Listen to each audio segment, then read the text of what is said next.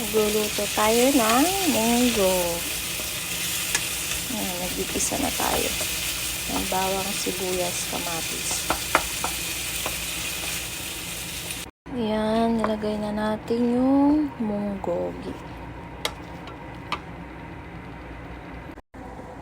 Tapos may ampalaya sa kadahon. Regular tayong chicharon.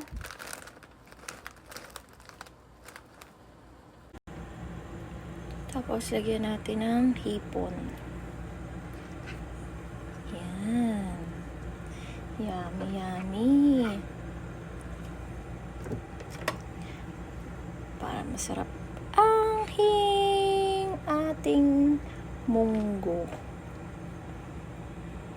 Yan, naglagay na tayo ng chicharon. Chicharon baboy. Lagay na tayo, halo-haluin lang natin. Mamaya, lalagay natin yung ating gulay. Yung ampalaya sa yung daon.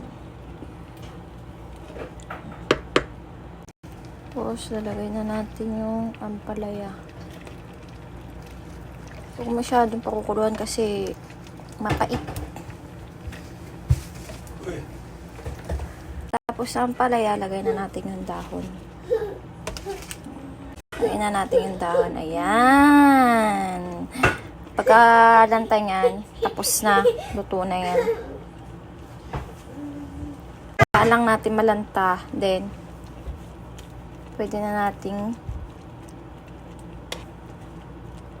patayin yung apoy. Alright. Na mga baby ko, ay luto na siya. Luto ng ating ginisang munggo. Daming sahog. Yummy, yummy.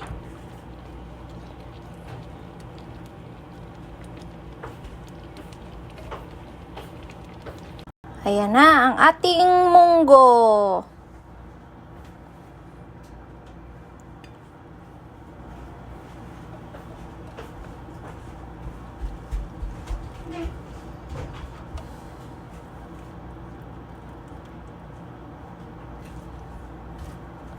Okay, kainan na po.